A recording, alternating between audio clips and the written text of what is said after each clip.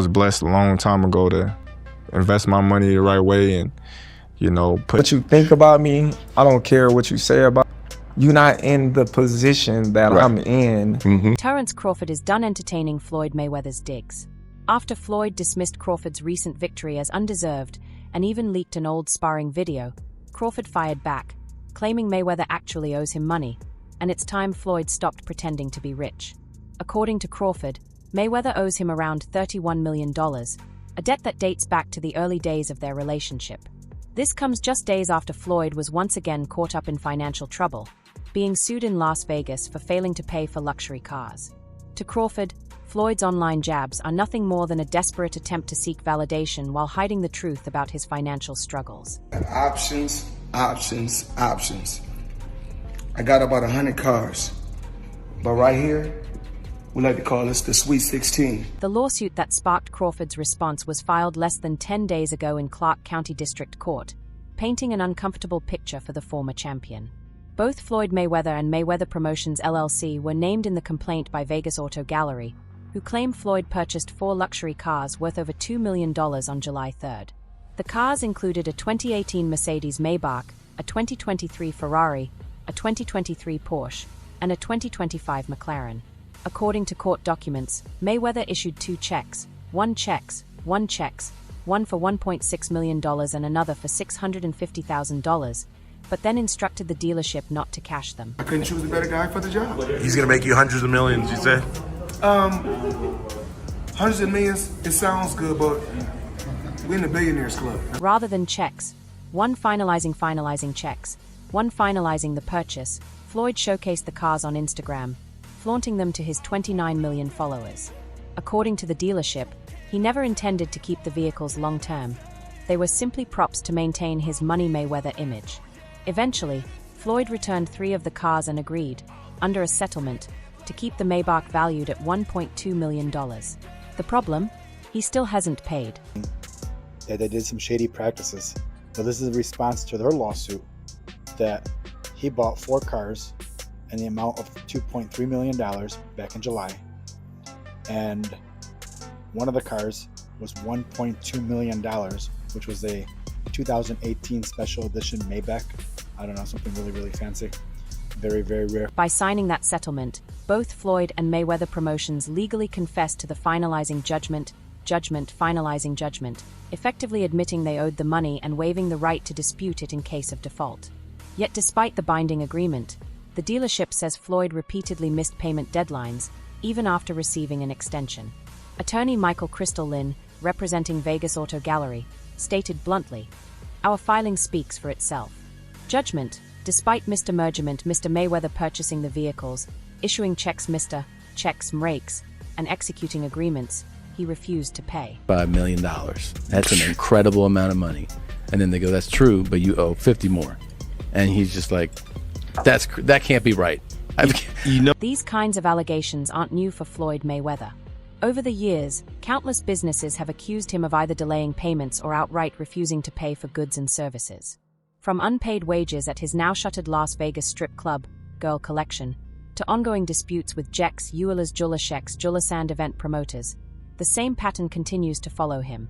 The man who constantly flaunts his wealth often finds himself entangled in debt-related controversies. I mean, dang, Floyd Money Mayweather. Man, wow, y'all around here getting Rolexes, not paying for them. Man, y'all got stacks of money, owing jewelers money. Man, how y'all around here, man, getting millions of dollars in all this jewelry and leaving 208? That's the backdrop for Crawford's explosive claim. For him to suddenly say Mayweather owes him $31 million isn't completely out of the blue. While Crawford's camp has stayed quiet on the details, the context suggests a few possibilities. One theory is that Crawford is referring to potential earnings lost from never landing a fight with Mayweather. When Floyd retired in 2017, Crawford was rapidly rising up the pound-for-pound list, already a unified champion at 140 pounds and beginning his reign at welterweight.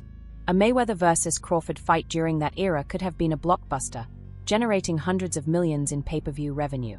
I know life is hard, I know life is expensive, but come on, dude, put your legacy first. Nobody wants... Another angle could be business dealings outside the ring.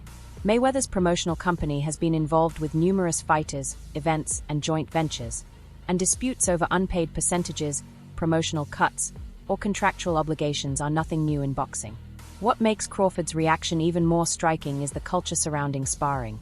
His comments came after a private sparring video of him and Floyd began circulating online. In boxing, sparring is considered sacred. What happens in the gym is supposed to stay there. Fighters test themselves behind closed doors, but releasing that footage publicly is widely viewed as a breach of trust. The Money Man is getting ready. Super Bowl weekend, Las Vegas. We had to get the ones. Make it rain. I need everybody. That girl collection, Thursday, Friday, Saturday, Sunday, the Super Bowl, or whoever win or lose, it don't matter. I need everybody there. Girl collection. The irony is hard to miss. Mayweather built his entire persona around two pillars, an undefeated record and untouchable wealth. 50-0 and the money team became inseparable from his brand. But now, facing lawsuits over bounce geolist checks, and unpaid luxury cars, that image appears shaky. Meanwhile, Terence Crawford, fresh off becoming the first man in the four-belt era to become undisputed in 3 different weight classes, has the credibility and platform to call Floyd out. So the money's really gone. Yeah, that's what you think. It's get the money, spend the money. All that money. And it's been 2 years. So is it just his overhead is so high on a day-to-day, month-to-month? Like I don't even want to talk about it. Like with the lifestyle, that money's gone. Trust me. Now it's like you call him, he'll be at you. The Vegas Auto Gallery lawsuit highlights just how fragile the Money Mayweather image can look when tested in court. According to filings, not only did Floyd fail to make payments, but he also lashed out at the dealership publicly, telling his millions of followers to steer clear of them. The dealership claims those posts triggered threats from Mayweather's supporters, turning a financial dispute into a reputational battle. For the dealership, it's about more than missing money, it's about damage to their name. For Floyd, it's about trying to win online what he appears to be losing in the courtroom. And then about the whole 50 Cent story, you gotta hear accusations that Floyd Mayweather has unpaid debts with fellow athletes. A widely known allegation comes from rapper 50 Cent, who accused Floyd of cheating him out of $2 million during his jail sentence. Then are we talking over $2 million? It's about that. Oh, okay. At that point, it was invested in. All right. So look, he goes when he finally does bring up. Crawford, by contrast, has been deliberate with his finances. He cut ties with Top Rank after long-running disputes, betting on himself in the mega fight against Errol Spence Chex Jr., Angry, and Chex Jr., and it paid off with a career-defining victory. Now, he stands as the undisputed champion in 3 divisions, financially secure on his own terms. So when Crawford points at Floyd, it's not only as a critic, B. Jr., adult as but also someone positioning himself as Mayweather's true successor, both in fighting legacy and in financial independence. We're gonna get to it. What's up? We're gonna get to it. International with it.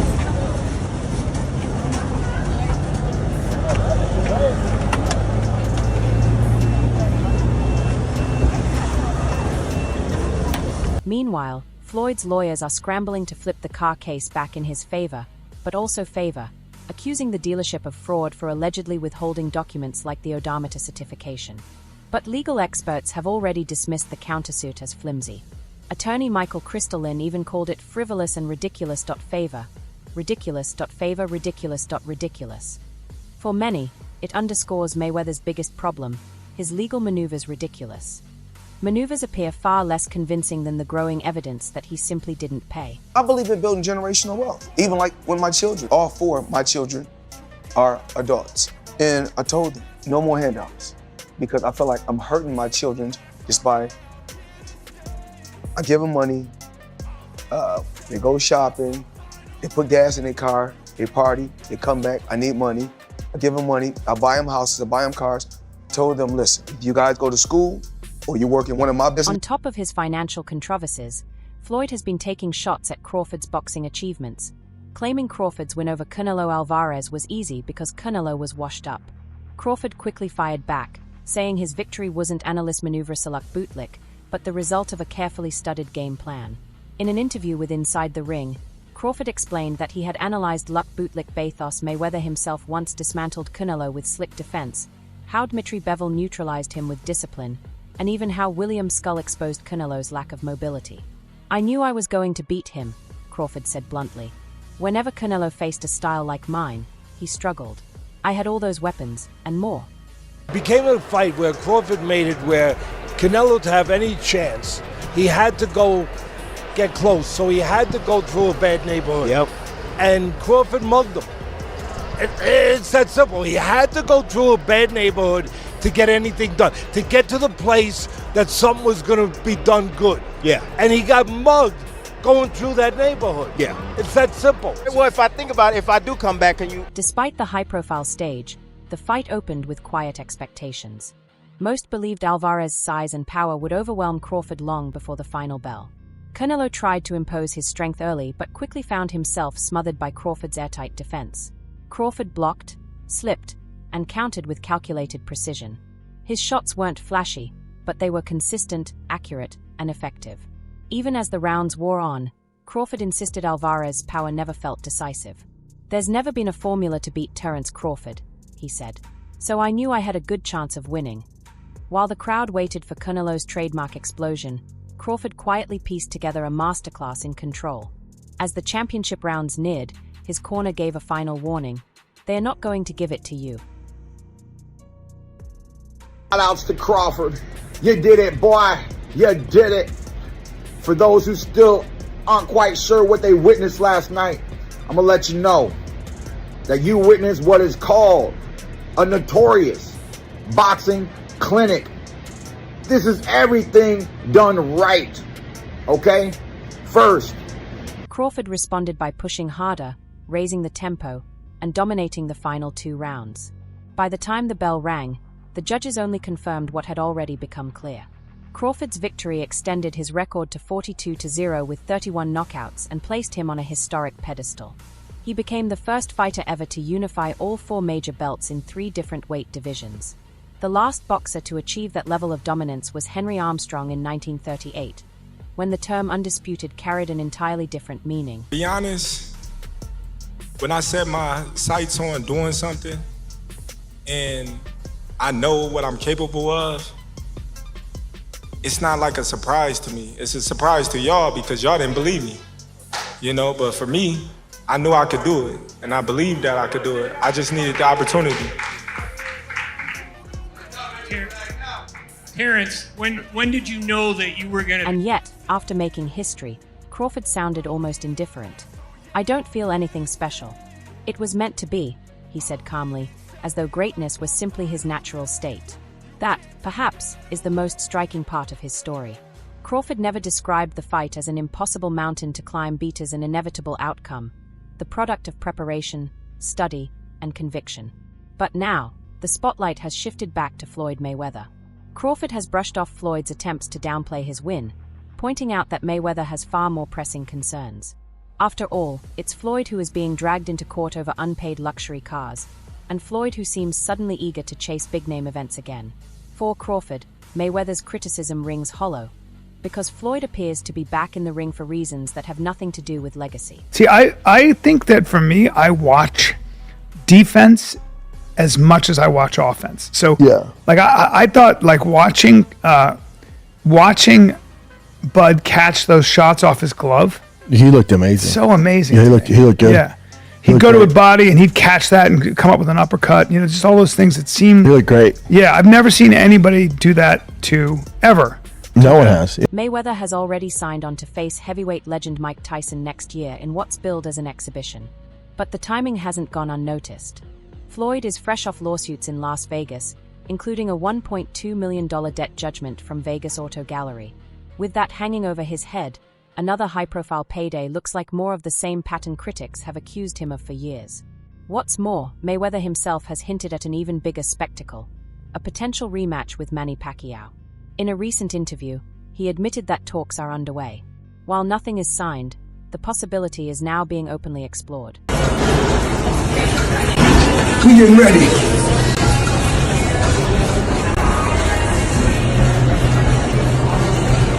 Pacquiao SG longtime advisor, Sean Gibbons, has confirmed Manny's renewed interest in a rematch with Mayweather. He pointed out that back in 2019, Pacquiao had already signed with PBC and Al Haymon with the specific goal of making Mayweather a Pacquiao too. But at the time, Floyd backed away. When Pacquiao defeated Adrian Broner and then Keith Thurman, Mayweather quickly distanced himself, even leaving the arena before the official decision was read in the Thurman fight. The rematch never happened, and Pacquiao eventually retired after a loss to Ordain's Upis. Now, though, Manny is back. You would even fight him today? Even here. Oh my goodness. Tell me about that fight a little bit. Being in there with Floyd being in there with you, like what was the experience like being there? In the ring, fighting him finally? It's good, but despite all those things, but then after the fight, right after the fight, I went to the hospital and got operated. My Yeah, you got an operation, yeah. I remember you posted a picture of really hurt. Was he better? Pacquiao recently returned to the ring against Mario Barrios. Though the decision went against him, he showed enough flashes to convince his team that he still has plenty left to give.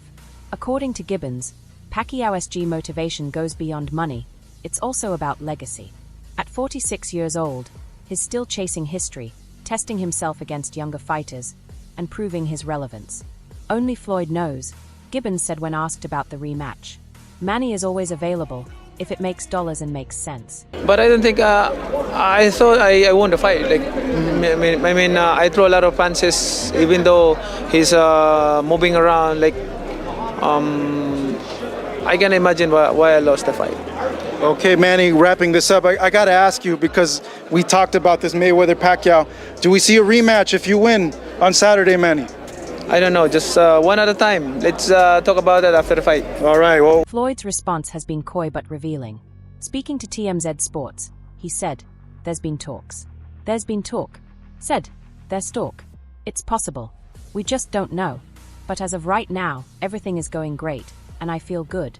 Working hard every day, and I can't wait for 2026. The remark says a lot.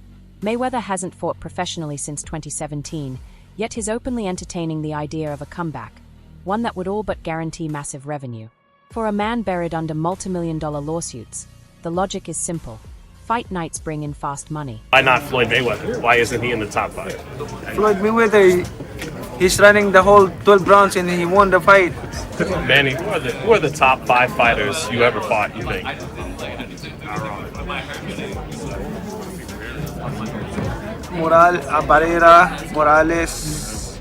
Morales. It's no coincidence, then, that his chosen exhibition opponent is Mike Tyson.